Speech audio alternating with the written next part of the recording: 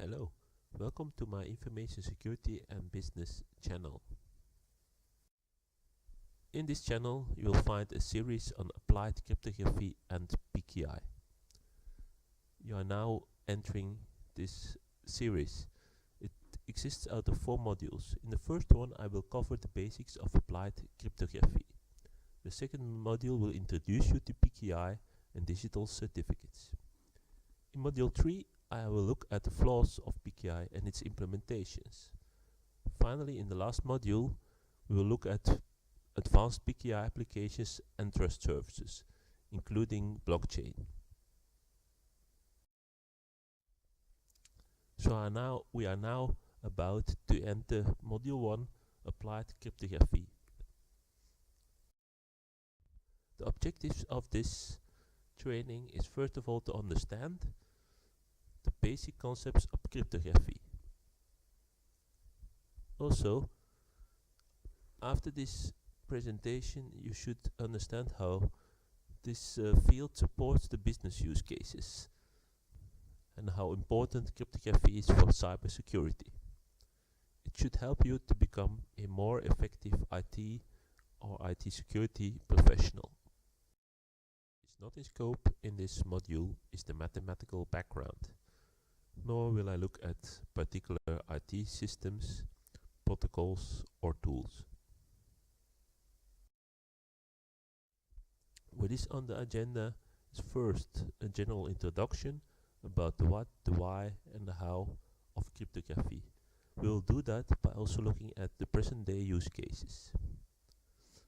Then I will introduce 3 types of cryptography and explain the concepts. Start with a little bit of historical background. The original idea of cryptography was to hide secret messages, for instance.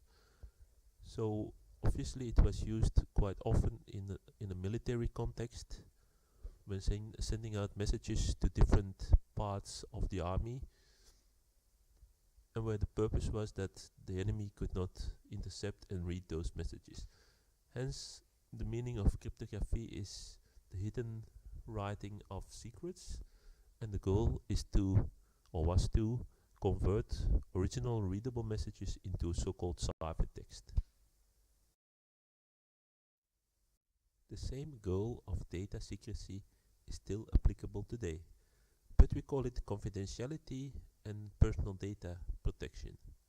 We have to do that for data which is at rest or in transit.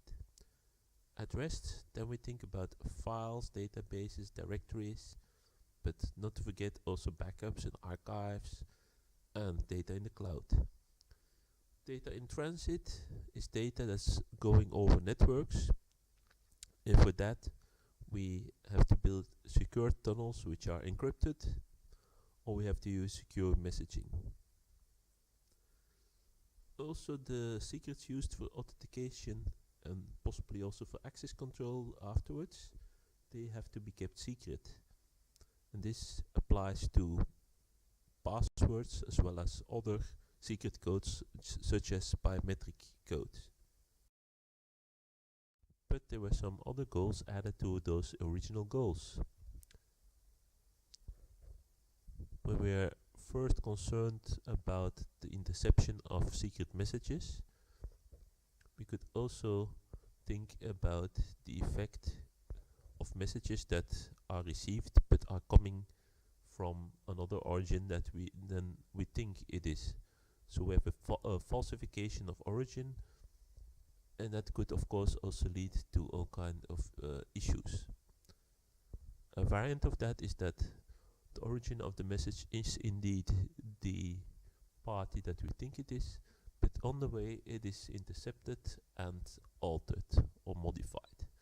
So then we are talking about the falsification of such a message. And that brings us to other goals that are served by cryptography. The first one being integrity protection against unauthorized changes. And the second one is authentication of the origin of a message, to ensure that a message or a connection is not spoofed. A third goal is so-called non-repudiation. This is where you are protecting against denial of the sending or the creating party that he or she or it created and sent this message. And this is of course very important in a transactional context. The last category there builds upon non-repudiation but goes a step further, where you need independent electronic evidence in a legal dispute. So that requires a little bit more still than the typical non-repudiation use cases. This category is in italic because there's a separate module dedicated to it, and it's a little bit an advanced area with still a lot of controversy in it. Look now at some use cases of integrity, protection, authentication of origin, and non-repudiation. In a proprietary context, this kind of technique is used to protect business transactions.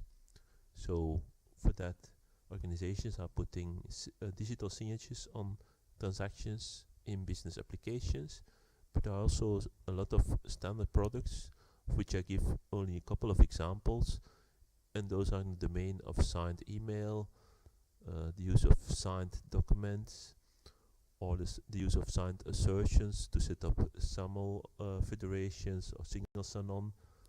Also the use of web services, where you also are protecting documents. In short, there are also a lot of products and systems where this goal of cryptography is used in the background, but it's not always obvious. A particular use case that I also want to mention and take a look closer at is client-server authentication. Here too, we heavily rely on cryptography. Let's look at a very basic scenario of client-server authentication. I will simplify it really a lot, but the steps that are then necessary to do this is: first, the client has to authenticate the server it wants to connect to.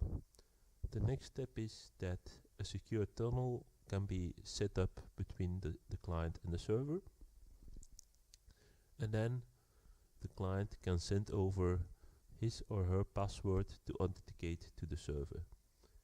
In a little bit a better format, it's not the password that will be sent over, but something else, which is derived from the password. But so let's keep it simple just for now. Yep. Now, what is wrong with this basic scenario is that it heavily relies again on cryptography, because as soon as anybody can spoof this server and you are connecting to the wrong server, then it's possible to set up a so-called man-in-the-middle attack. And not only that, in this scenario, it can even lead to the corruption of all the passwords that are sent over like that. And thus it's a serious matter. And even though this is a very basic scenario and obviously not really a good one, it's still the basis for a lot of technology and how it's doing client-server authentication. Let's try to do this better. And we are now adding a token, a one-time password token, and instead of sending over a password, we send over a one-time password code. Does this solve the problem? Well, for sure, one thing is already an improvement. We are not sending over any passwords anymore. So even if there has been some kind of interception, there is no compromise of passwords. But still, as you can see here, it is still vulnerable for a man-in-the-middle attack. That is not something that has been solved by making use of such technology, because it still relies on an effective authentication of the server. So let's make it even more sophisticated. Let's use biometrics.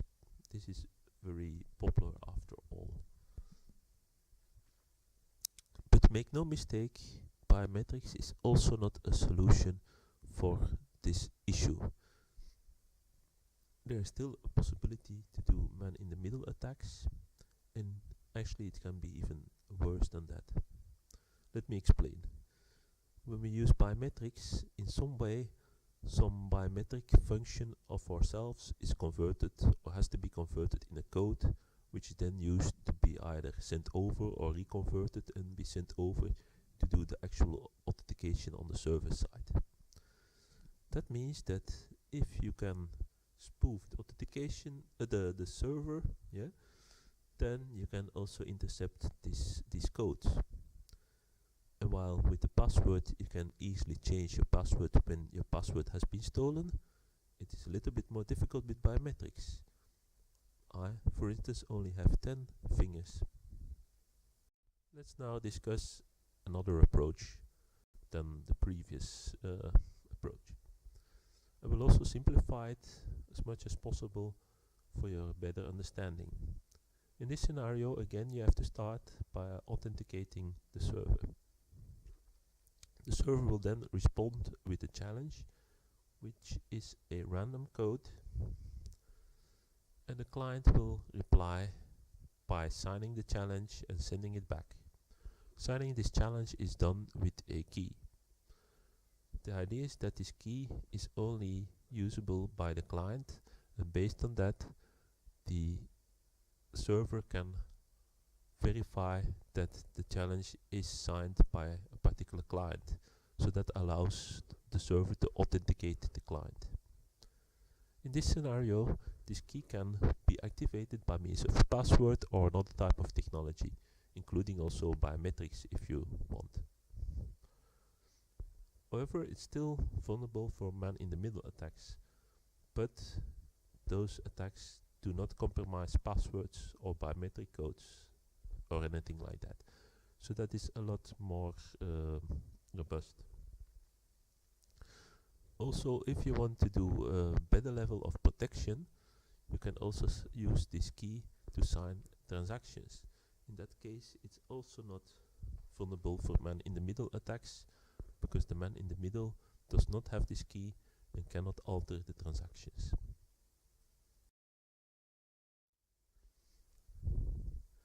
Then the final category to look at here are the so-called content commitment use cases. I will not spend too much time on those. There is a fourth module that goes much deeper into that, and it's a difficult domain to discuss.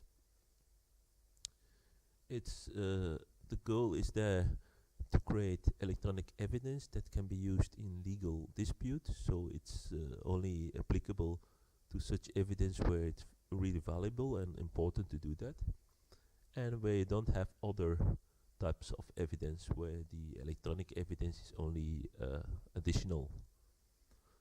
We are now talking about purely electronic contracts, agreements, approvals, also official electronic documents like official certificates, birth certificates, and so on. Yeah, and also maybe electronic ledgers. These use cases can be divided into three main parts. First of all is evidence creation, then there is the preservation of this evidence that it can later be used, and finally there's the validation, which is actually the most challenging part, as this has to be independent and unambiguous. For this purpose we make use of advanced PKI constructs like digital signatures, qualified electronic signatures, timestamps, evidence records, hash trees, blockchain, and so on, and that will be discussed then in another module. Now start by looking at the different types of crypto. The first type I will discuss here is symmetric cryptography, also called secret key cryptography. And I will do that with an example where person A wants to send a message to person B and keep this message confidential or secret. So this is the message, and person A as a key, which is then used to encrypt this message. The operation of how to do that, or the algorithm behind it, is certainly not secret. In fact, it's publicly known. The only secret here is the key itself. And that means that at the other side, if the same key is available there, person B can also decrypt the message and get back to the original message. This is why we also call this type of cryptography a shared secret cryptography.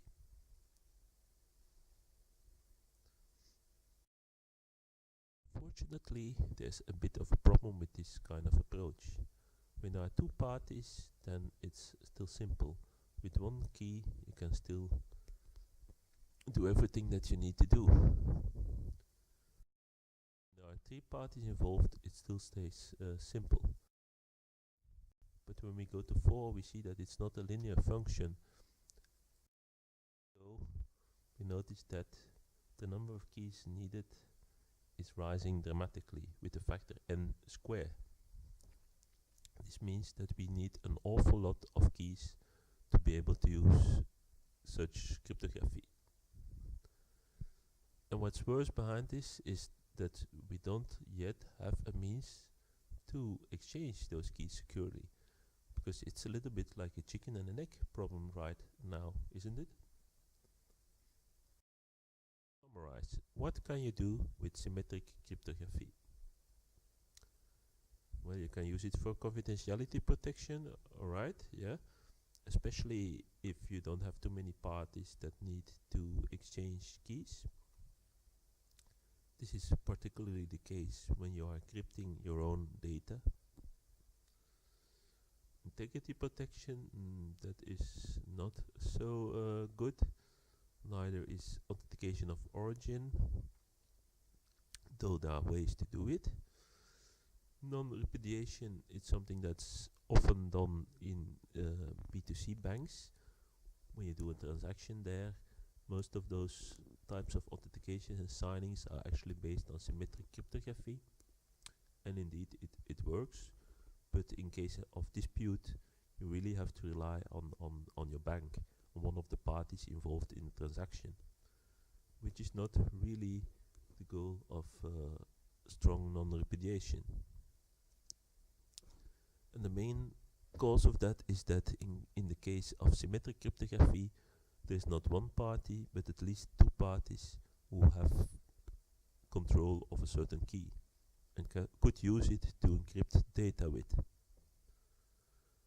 And that's why for content commitment, this is certainly not a good approach. Enter public key cryptography, also called asymmetric cryptography. This is based on so-called key pairs of private keys and public keys, and each entity should at least have one of those key pairs. Every key is a very long number that cannot be guessed or predicted. And you cannot, or you're not supposed to be able to derive one key from another. For instance, if you have a private key, you cannot deduce the public key out of it. Or what would be worse, is also not possible, namely if you have a public key, you cannot derive the private key. But what you can do with this kind of cryptography is that if you have a original message or text, you can encrypt it with one key, creating a ciphertext, and then with the other one you can decrypt it again. And it does not matter which one it is, as long as you use the opposite key to decrypt. So for instance, if you encrypt with the private key, you can decrypt with the public key, and if you encrypt with the public key, you can decrypt with the private key. How can we make use of this? First, for confidentiality protection.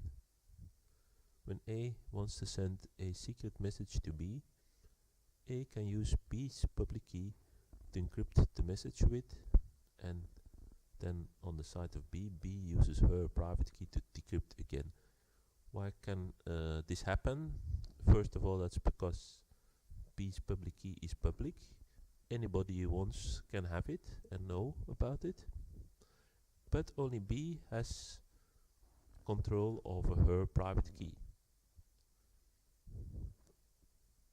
And there it is important, of course, that B's private key is kept secret at all times. However, we can do more than that. We can also protect integrity of messages. And how does that happen?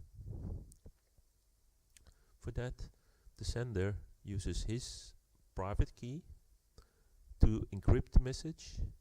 This is also called signing. When a person or system uses a private key to encrypt, it's a signing operation or part of a signing operation.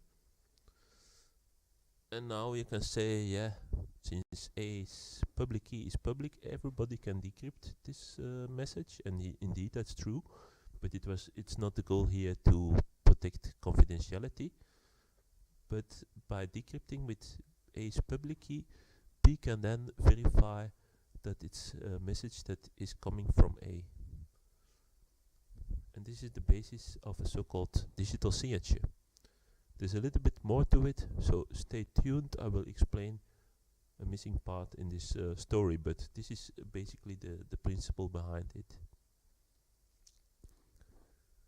And what you also have to remember here is that the verification of the digital signature relies on the public key associated with the private key that did the signing. So in this case it's A's public key, which is public and can be used by any party that wants to verify a digital signature coming from A.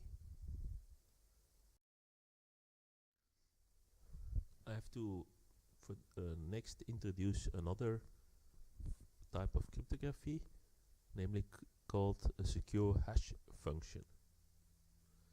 And how this works is it converts a collection of data, a file, a document, into a small hash value or a digest.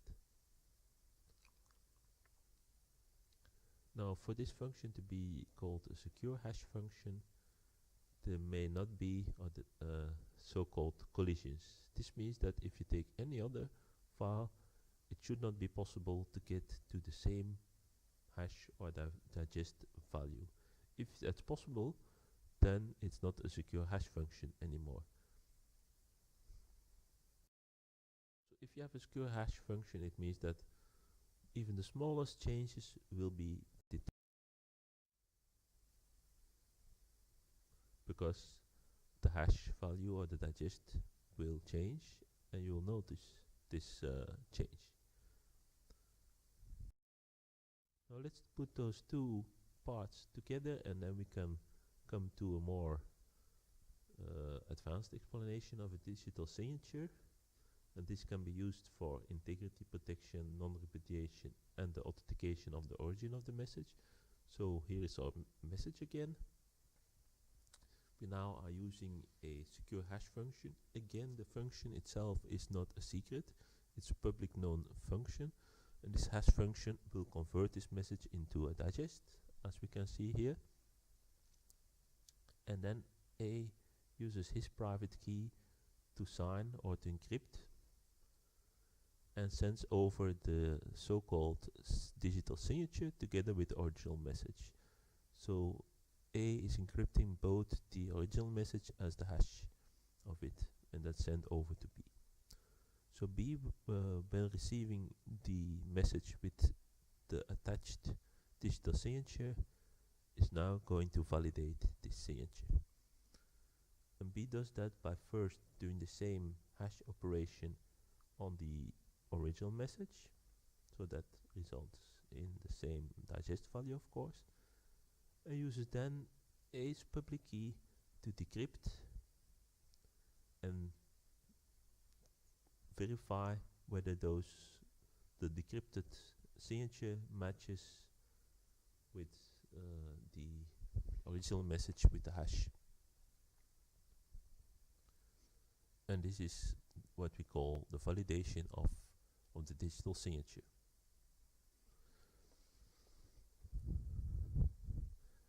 It means that everyone who has access to A's public key can validate A's digital signature. If also the hash function is known, because that's also necessary to do a check. But this is also part of the signature. It's indicating which kind of hash function has been used. Now let's see what we can do with such cryptography. We can do confidentiality protection. We've seen that in the first use case. We can do integrity protection. We can do authentication of origin. It relies on the private key that signs the digital signature being well protected and being associated with a certain origin. And we can do non-repudiation. But not in full, because there's still a part of the puzzle missing to do that well. And when it comes to content commitment, we also still have a lot of other concepts to introduce and a lot of other challenges to deal with. After this last explanation, you might get the impression that public key cryptography is simply superior to symmetric, and we don't really need symmetric cryptography at all, because we can do almost everything that we want to do with public key cryptography. But still, it is very useful to also use symmetric key. Why is that? Let's look at the advantages of both. Symmetric cryptography's advantages are: it is performant. You can do very fast computations with that. It's also simple. You only need one key between every pair. So in an environment where there are n-to-1 or 1-to-1 trust models, it is simply a very good scheme to work with.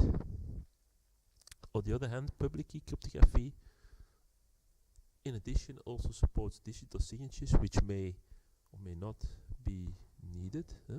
If they are needed, they are there for a better integrity protection, for a better authentication of the origin of the messages, and also for non-repudiation to a certain extent. And public key cryptography can also be used in an end-to-end trust model. But both of those schemes, they work together well, because the public key part can be the precursor for the symmetric key part. So when we talked about the chicken and the egg problem, well, here we have the chicken. The public key cryptography can be the chicken to produce the egg of the symmetric cryptography by first setting up a secure channel to exchange symmetric keys. And this is in effect what happens in many protocols. In practice, here is an overview of some popular cryptographic algorithms for the three domains that we have discussed here. So there are certainly a lot more than this, but are restricted here to the main ones that you will probably face. For symmetric, the standard of today is advanced encryption standard, asymmetric RSA, so you also find elliptic curve in that domain coming up more and more. For secure hash functions, the standard for the moment is SHA-2. SHA-1 is being outphased and should actually not be used anymore in most cases. But we also are already looking at SHA-3 and other elliptic curve hashing functions. But we are not there yet. There is one important piece of the puzzle missing. And what is that? Well, we have seen that we actually have to rely in many cases in knowing the counterparty's public key. But how do you know this counterparty's public key? And how can we trust that? This is still a central question. And this is also crucial. Because, for instance, person A having a relationship with B, for that, A has to know and trust a public key of B. If not, A cannot send encrypted messages to B, because if A sends it to encrypts those messages with person C's public key, it's another party that can intercept and read them. Or if B authenticates using his or her private key, then A also needs to use B's public key to validate this authentication. Or if person B sends a signed message to A, then A also has to rely on B's public key to validate the digital signature in order to guarantee that the integrity of this message or the authenticity of its origin has not been compromised. So that is what we will have to still work out. In order to find out how that works, please visit Module 2, Introduction to PKI and Digital Certificates. We are now finished with this module, and thanks for joining in, and see you in the next module or one of the other following modules. Thanks for watching.